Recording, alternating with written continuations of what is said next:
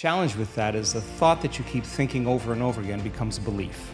And nerve cells that fire together wire together. So the more nerve cells fire, the more they develop long-term relationships and the more hardwired they become.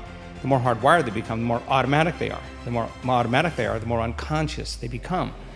We have a lot of things that we can do automatically or unconsciously or subconsciously that allows us to multitask, to drive your car, to talk on the phone, to do several different things at the same time. But that thought and that feeling, the image, the emotion, the stimulus response is conditioning the body to automatically be the mind of that emotion. So then now the body becomes conditioned and addicted. Now this gets to be a problem because people get addicted to their own thoughts.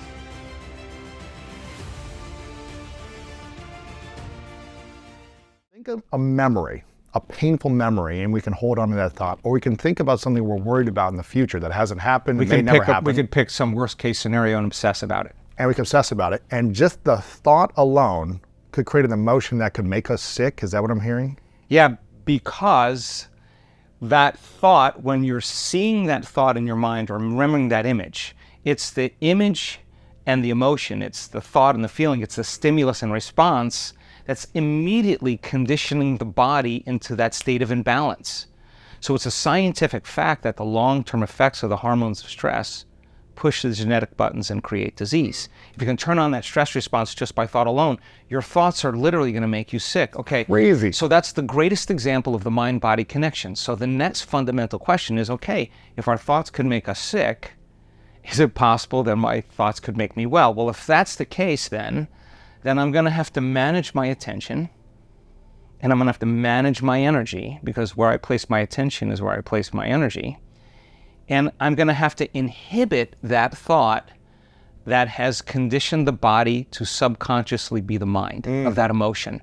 And the body's so objective that it does not know the difference between the real life experience that's creating that emotion and the emotion that person is fabricating by thought alone. To the body, it's exactly the same. So the body's believing it's being chased by a predator. The body's believing it's in an offensive situation where it has to attack.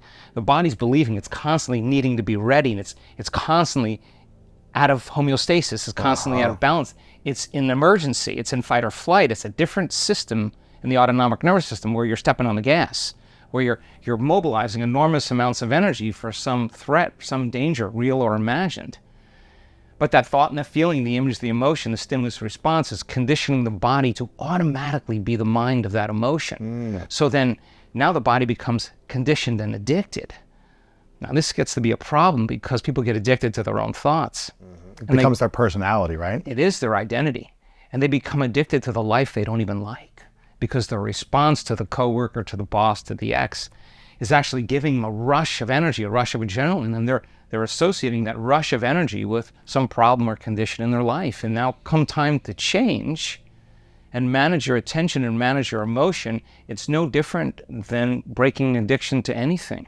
There's cravings. The body wants to return back to how it's been conditioned, into the familiar past, into the known. Well, we think primarily 90% of the time we think the same thoughts as we thought the day before. The challenge with that is the thought that you keep thinking over and over again becomes a belief. And nerve cells that fire together wire together. So the more nerve cells fire, the more they develop long-term relationships and the more hardwired they become. The more hardwired they become, the more automatic they are. The more automatic they are, the more unconscious they become. So the process of change really requires becoming conscious of your unconscious thoughts, which means just because you have that thought doesn't necessarily mean it's the truth. If you have that thought and you accept it, you believe it, you surrender to it without analyzing it, that thought will lead to the same choice, which will lead to the same behavior, which will create the same experience, which then will produce the same emotion. The same emotions then drive our very same thoughts. In time, our biology, our neurocircuitry, our neurochemistry, our hormones, and even our gene expression stays the same because we're the same. So in the process of change, when you come up against that unconscious belief and you make it conscious, most people get uncomfortable when they confront that thought. And they're stopping an automatic process. And the body, which has been conditioned to be the mind because it's doing something over and over again, that's a habit, is craving the experience because it wants the emotion associated with it, right? So the thought of being unworthy produces the feeling of being unworthy. That feeling then, when the person feels unworthy, tends to cause the person to think more unworthy thoughts.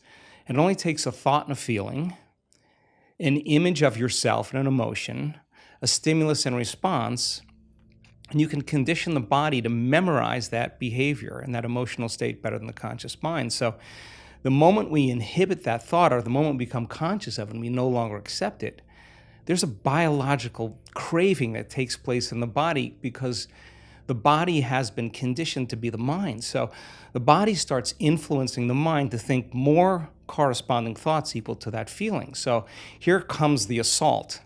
Now, you're not only unworthy, you're everything else that goes along with that feeling. And this is where people have to make up their mind if they truly want to change. Because if you decide to confront that thought and make a different choice, get ready, because you're going to feel uncomfortable. It's going to feel unfamiliar. And there's going to be some uncertainty because you're stepping out of familiar territory.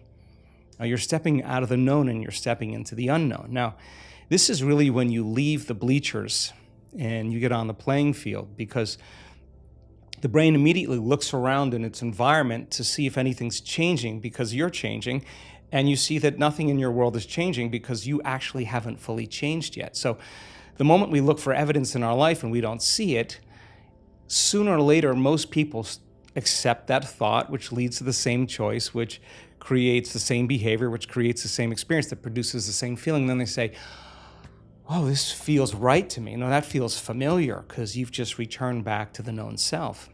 When we look closely at certain habits, whether you can ride a bicycle, whether you can speak a language, whether you can snowboard, when you first learn any of those things, it takes an enormous amount of conscious awareness to get your body to do what your mind is intending.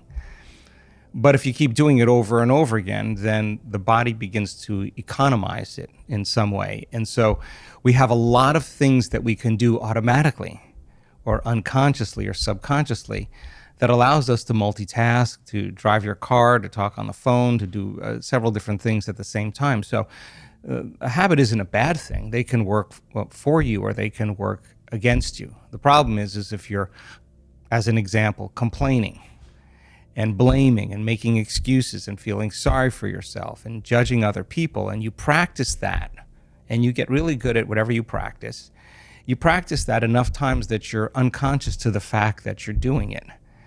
The moment you become conscious that you want to change that, you're going to be uncomfortable.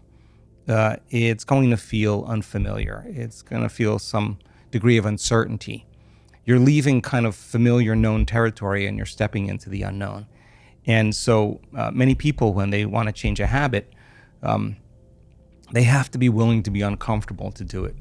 But habits can work for us. There's a lot of great habits that you and I both have that I would never want to change or would want to evolve in some way. But then there's a lot of habits that don't serve us. And so a person really wants to set a vision of the future, whatever that is, and they just have to agree that in order to arrive at that vision, they have to change in order to get there.